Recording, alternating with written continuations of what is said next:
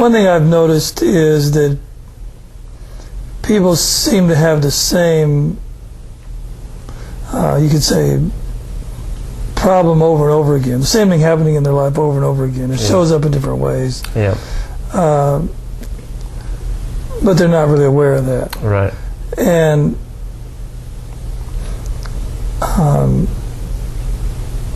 but to say that they're wanting what they're getting is probably not correct. The suffering they're getting. No, but the suffering. I mean, I say that. You don't say that. Yeah. No, the suffering. The suffering is a consequence of. The suffering is a consequence of the belief that I can do something about my condition, about what's going on, right? And that thing that's coming up over and over again, that is because what it's showing them is there's nothing they can do about it. It just keeps coming up. Nothing that they do works. So they do something, and really what they're doing will do is suppress and sedate it from their awareness in some way. And then it will find another way to come up. In another form, but the same emotional signature. That returning issue may look differently as far as the story that they tell or the physical experience that's unfolding, how it's manifesting in the physical world. But actually it's the same emotional signature over and over. Right. And what they are going to realize at some point, well, it's a gift, because what it's saying is, here's something you can do nothing about. And the point, that which is given to us that we can do nothing about, is the point at which we are being invited to awaken to the revelation of our beingness.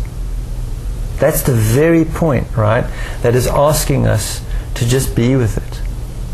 And often when someone has a condition, it's funny how many people have a condition and they operate it, they cut it out, they do therapies, and eventually people say to them, sorry, but there's nothing more you can do, you're just going to die now. And they go, okay, there's nothing I can do. And suddenly it opens up. It opens up. There's a massive shift in the condition, and they go, wow, you went into a state of remission. How did you do that? Well, I don't know, I wasn't doing anything.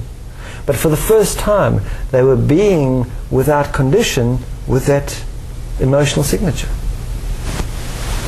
If a parent only goes to a child when the child is upset, what sort of parent is that? Right? Yeah. We are the parent. We are our own parent. We're the parent to our own heart. If we only go to our heart with conditions, I'm only coming to my heart when I'm sad. I'm only coming to my heart when I'm angry. I'm only coming to my heart to manipulate it to get a feeling that I want, right? Which is really what the law of attraction is about. It's about manipulating things to get something that I want, right? I'm only going to come to my heart to manipulate it or to sedate and control it. What sort of parent is that? Our heart is our primary responsibility. It's our soul, S-O-U-L. It's my soul. My heart is my sole responsibility. My task is to be with my heart, which is to be with the felt aspect of my experience without condition. Not because I'm sick, not because I want to be abundant, not because I want to be sick, because. Being is causal. Be at the causal point. I go to that place in myself because. Period. And that's when someone has a condition that's repeating over and over and over. It's their point of, that's the point at which they die. And awaken to being. If they don't awaken to being, then they will just die. You see? They will die a physical death, and boom, okay, game up. You didn't get it. Sorry about that. Usually they might get in the last second before they leave, and it's like, oh man, right?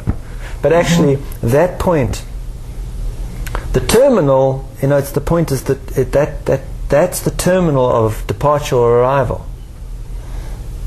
The terminal is the thing that keeps coming over and over. That's the point of awakening. It's the gift. It's what they require to enliven their state of being. It's not what they need and want. But if you give a child always what it needs and wants, what's going to happen? If a child wants a gun, you don't give a child a gun. If a child wants to live on sweets, you don't let a child live on sweets. That's what it needs and wants. It's not what's required. A parent is the one who gives the child what is required, right? And it's the same thing. Is our emotional signature is the food, is the nutrition in every moment that we require to enliven. And what we require is to enliven our state of being in the world, is to evolve as being, right? What we need and want is just to, like, make me feel better. Well, how about the idea, though, that people, once they hear this idea that it keeps happening over and over again, they believe or that they actually do it to themselves.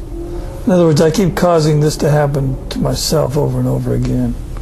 Is there any truth to that? Or? Well, it's a story. What I have found in my experience and with people that I've worked with and people that have shared with me what they're going through is that thing that happens over and over again is an imprint in the first 7 years of our life. It's placed there. And it's repeating like a software program. It's repeating over and over. And that particular emotional signature which is placed there in childhood is placed there through their relationship with their parents and their immediate family. And their parents receive that exact same emotional signature from their parents and their immediate family, and they receive it from theirs. So this particular emotional signature, this possibility of being, this point of death from doing into being that is passed from generation to generation is not personal. It's a gift passed along until we get to a generation where someone actually goes, hang on a moment, there's nothing we can do about this anymore. And then the possibility of awakening into being is there. So it's not personal. It's a gift that's being brought from generation to generation, right? And until it's received as a gift, it's seen as a curse. And this, you're talking about anything. I mean, illness, terminal illness. All of it. Chronic all of it. Disease. Life is the opportunity to awaken, to enliven our state of being. I feel alive. I don't do alive or think alive. And what the doer is one who's thinking what to do. What the person, the being, is the one who feels alive in the moment. It's all about the feeling capacity. That's why the feeling is the causal point of it all. The feeling is what brings us into the moment.